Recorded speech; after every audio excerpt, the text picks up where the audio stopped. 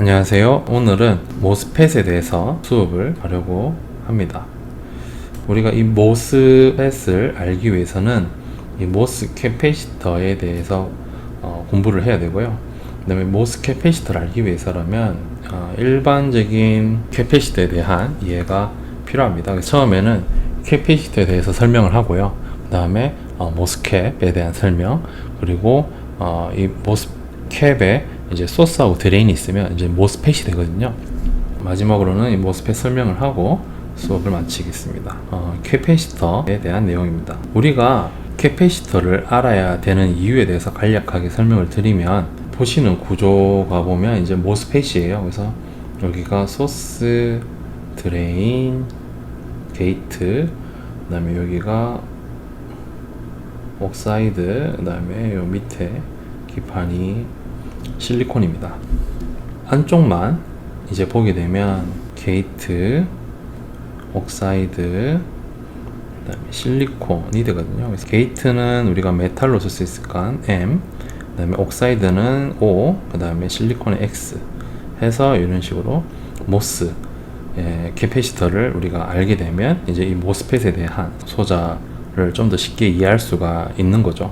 우리가 모스펫에 대해서 공부를 해야 되는 이유는 삼성이라든지 하이닉스, 그 다음에 온세미 등 지금 현재 현존하고 있는 반도체를 만드는 회사는 대부분은 이 모스펫을 가지고 일단 제품을 만듭니다. 예를 들면 메모리도 그 안에 모스펫이 들어가고요. 그 다음에 전력 반도체 안에는 이제 모스펫이랑 IGBT가 있는데, 모스펫은 이 모스펫 구조가 좀 다르지만은 그래도 모스펫의 원리를 이용해서 소자를 온오프 하는 이제 소자를 만들게 되고, 그 다음에 IGBT라는 것도 이 모스펫의 원리에다가 바텀 쪽에 이제 P부를 이제 얹음으로써 모스펫과 드레인 쪽에 P 도핑을 더함으로써 그쪽에 다이오드가 있는 형태거든요. 그래서 반도체 제품을 만드는 큰 회사들은 이런 모스펫을 만든다고 보시면 돼요. 반도체를 우리가 공부를 하고 혹은 이쪽으로 이제 잡을 구하려면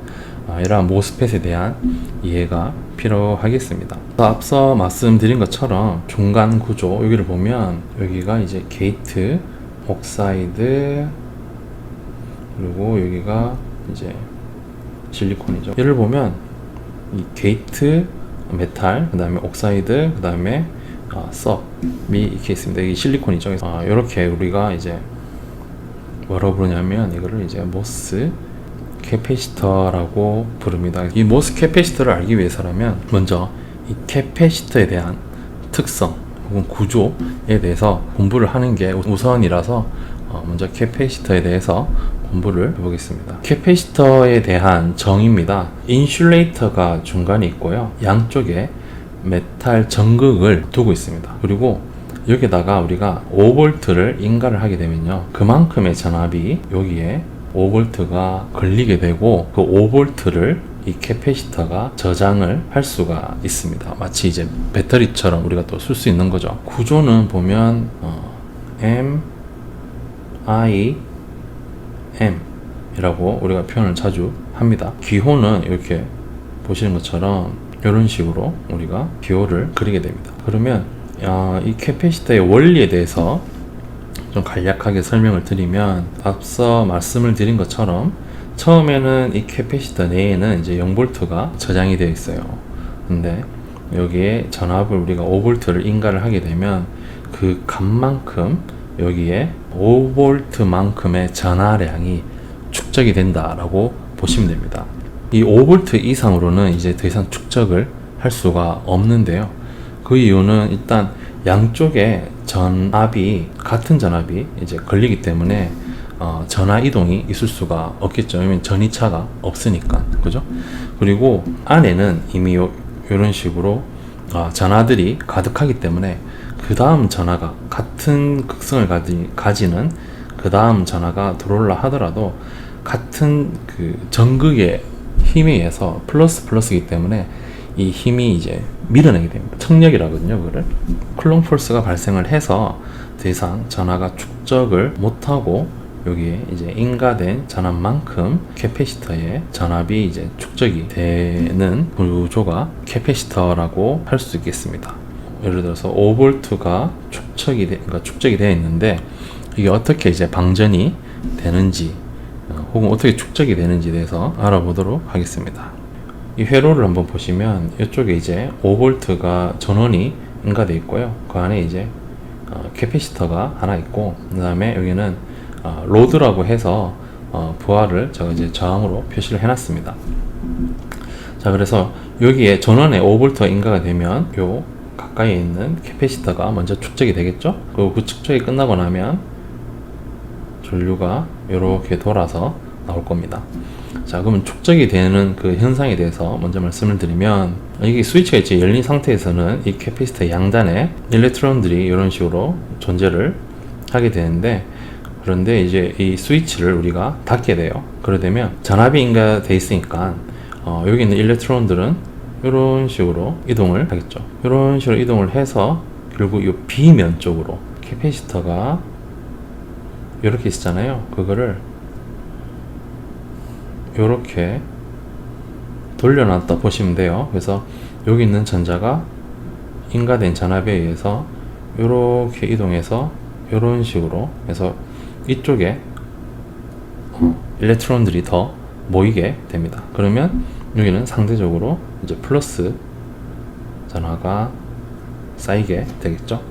이렇게 전하가 이동을 하게 되면 여기는 아주 순간적으로 전류가 이제 흐르게 될 겁니다.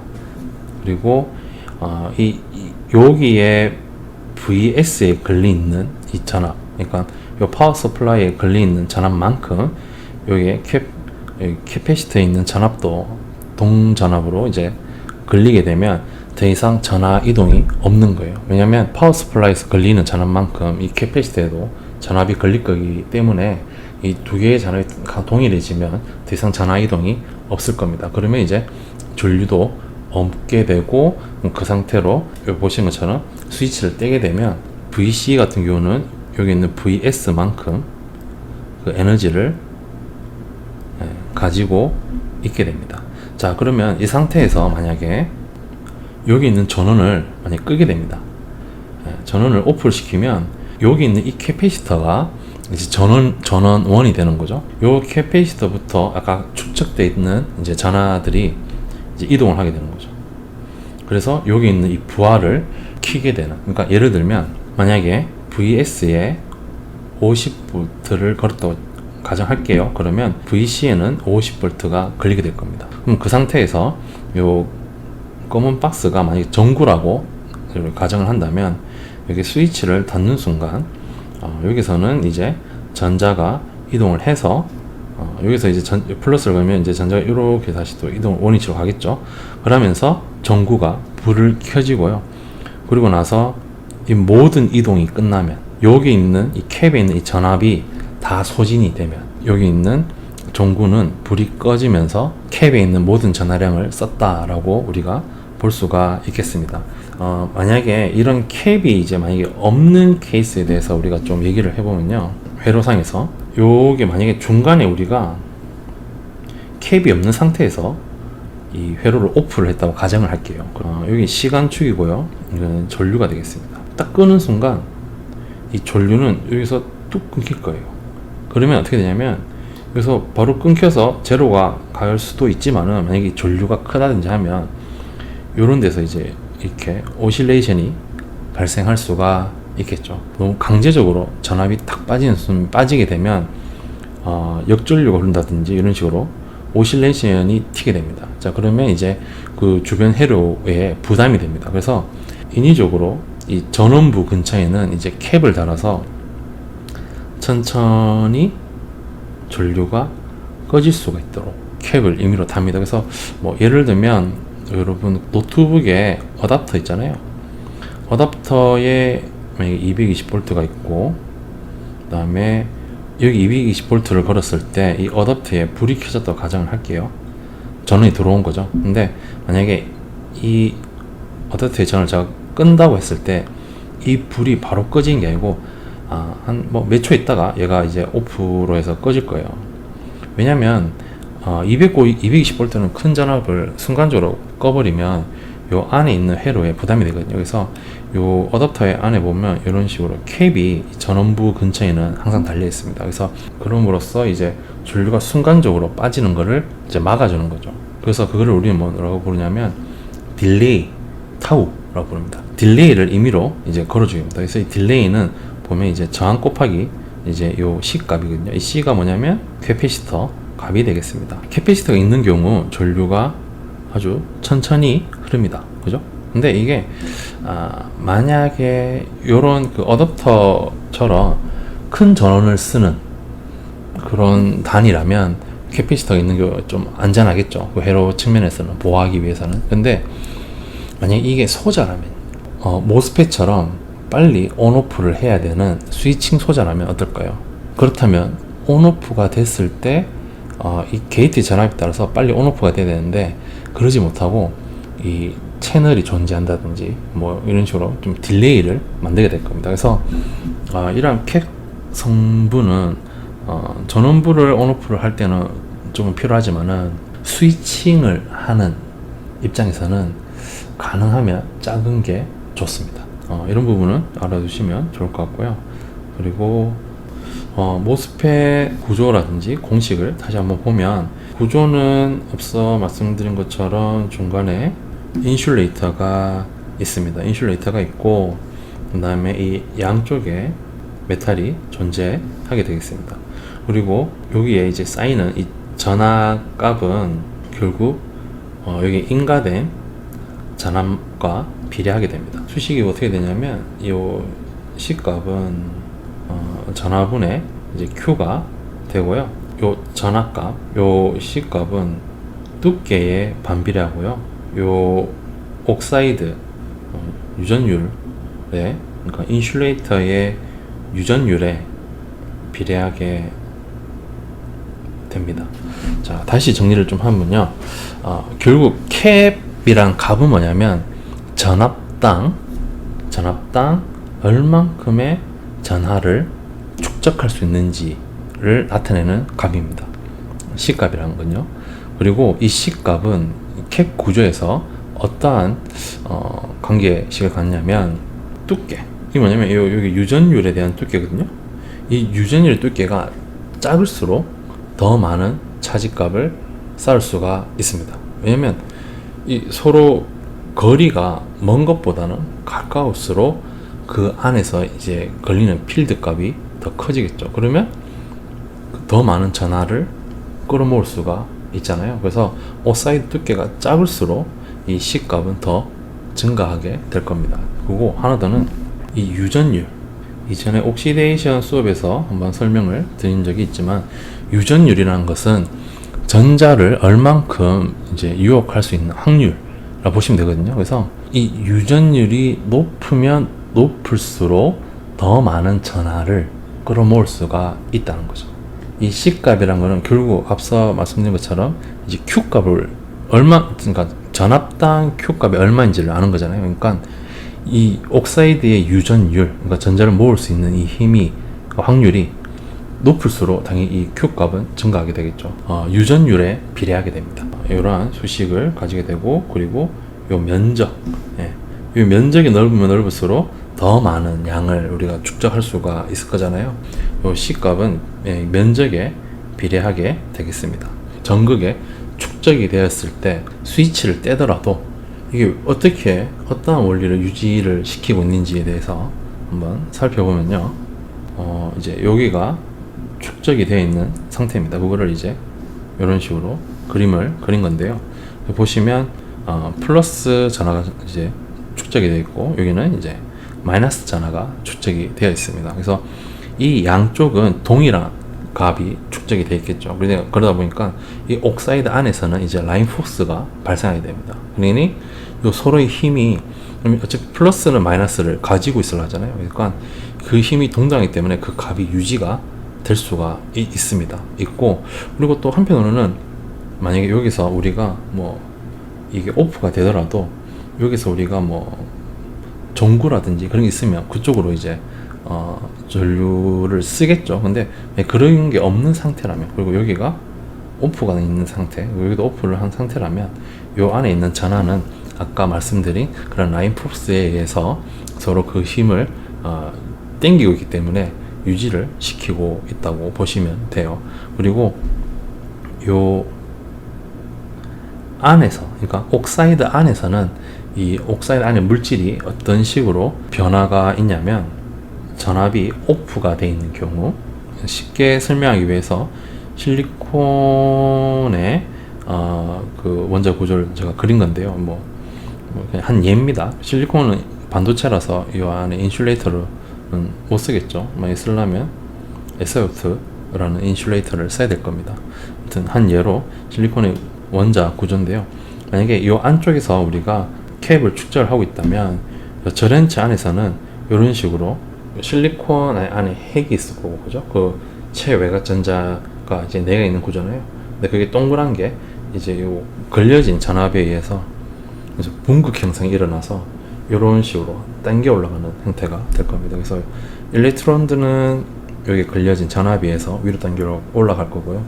요 안에 있는 핵, 이런 경우는 이제 플러스니까 이제 마이너스 쪽으로 당겨 내려오게 되는 이러한 구조를 가지게 됩니다. 캐패시터의 이제 폴라리제이션이라고 우리가 설명을 하게 됩니다. 그리고 이 캐패시터를 좀 더 이제 회로 측면에서 계산할 때 우리가 좀 얘기를 좀 더 해보면, 자, 만약에 저항 같은 경우 이렇게 직렬로 되어 있으면 이 두 개의 값은 그냥 더하면 되잖아요. 전류가 이렇게 통과를 할 때 여기 있는 저항 느끼고 여기 있는 저항도 느끼는 거니까 얘는 이렇게 큰 저항 하나 있는 거랑 동등하게 우리가 생각을 하면 되겠죠. 근데 이 만약에 전류 같은 경우는 보시면 여기서 흐르는 IT는 결국 여기서 흐르는 I1, I2를 합한 값이 될 겁니다. V는 IR이고 I는 이제 R분의 V가 되는 거니 이 전류 값에다가 이 값을 우리가 대입할 수 있겠죠. 이러한 수식을 우리가 만들 수가 있습니다. 그죠? 그리고 I1에 대해서도 I2에 대해서도 이렇게 우리가 수식을 만들 수가 있죠. 여기서 전체의 인가된 전압은 동일하기 때문에 V1, V2는 우리가 같다라고 얘기할 수 있습니다. 그러면 이런 식으로 우리는 V를 밖으로 빼낼 수가 있잖아요. 자, 그러면 그 상태에서 우리는 양쪽에 이제 V를 제거를 하면 결국 이런 식으로 우리가 다 제거가 되죠. 이런 식으로 우리가 저항에 대해서는 수식을 우리가 얻을 수가 있습니다. 결론부터 말씀드리면 저항은 이제 병렬이 되면 그의 값에 이제 2분의 1이 되는 건데, 자, 캐패시터 같은 경우는 캐패시터의 이 직렬은 저항의 병렬과 같은 특성을 보입니다. 직렬, 만약에 캐패시터의 직렬 같은 경우 여기 보시면 이 각각에 걸리는 전압 V1, V2 이게 전체 걸어주는 거를 VT라고 했을 때 앞서 말씀드린 것처럼 C는 V분의 Q이기 때문에 결국 V는 C분의 Q가 되겠죠. 요 수식을 여기에 넣어줄 수 있잖아요. 이런 식으로 우리가 정의가 가능하죠. 그리고 V1, V2에 대해서 정의를 하면 이런 식으로 우리가 정의를 할 수가 있습니다. 그리고 이 양쪽에 있는 Q에 대해서 우리가 제가 가능하니 결국 이런 수식으로 우리가 정의를 할 수 있죠. 그러면 결국 얘는 얘랑 같아지죠. 캐패시터 같은 경우는 직렬일 경우에는 저항의 병렬처럼 생각을 해주는 좀 더 쉽게 생각할 수 있습니다. 캡이 이런 식으로 있을 때는 이런 이퀘이션을 이용하면 여기 걸리는 전체의 C값을 우리가 알 수가 있죠. 그래서 뭐 예를 들면 얘기를 할 수 있는데 전체 CT가 있는데 그 안에 이제 C1, C2가 있다고 가정을 할게요. 근데 뭐 어떤 케이스에서 저는 이 C1에 대해서 좀 보고 싶어요. 그러면 이 C2의 값을 키우면 되겠죠. 그죠? 그러면 왜냐면 이 값 자체가 켜버리면 이 값 자체를 우리가 무시할 수가 있으니까. 그래서 뭐 예를 들면 이 C의 면적을 넓힌다든지 하면 요 C1에 대해서 우리가 좀 더 도미넌트하게 볼 수 있는 그런 구조, 아니면 회로 등을 만들 수가 있습니다. 요거는 나중에 우리가 캐패시터 관련해서 좀 공부를 할 때, 모스 캐패시터에 대해서 공부를 좀 따로 할 때 다시 또 말씀을 드릴게요. 이 캐패시터를 이제 병렬로 볼 때는 좀 더 생각이 쉽습니다. 왜냐면 이 캡이 두 개가 있다는 말은 결국 여기 있는 이렇게 큰 캡, 그러니까 면적이 증가된 큰 캡이 있다라고 생각할 수 있거든요. 그러면 얘는 단순하게 2 더하기 2니까 4페라C 나온다라고 생각할 수 있죠. 그래서 우리가 병렬이 있을 때는 이 두 개의 값을 우리가 더해주면 되겠습니다.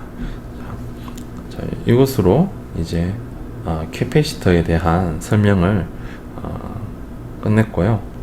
모스 캐패시터에 대해서 설명을 드리겠습니다.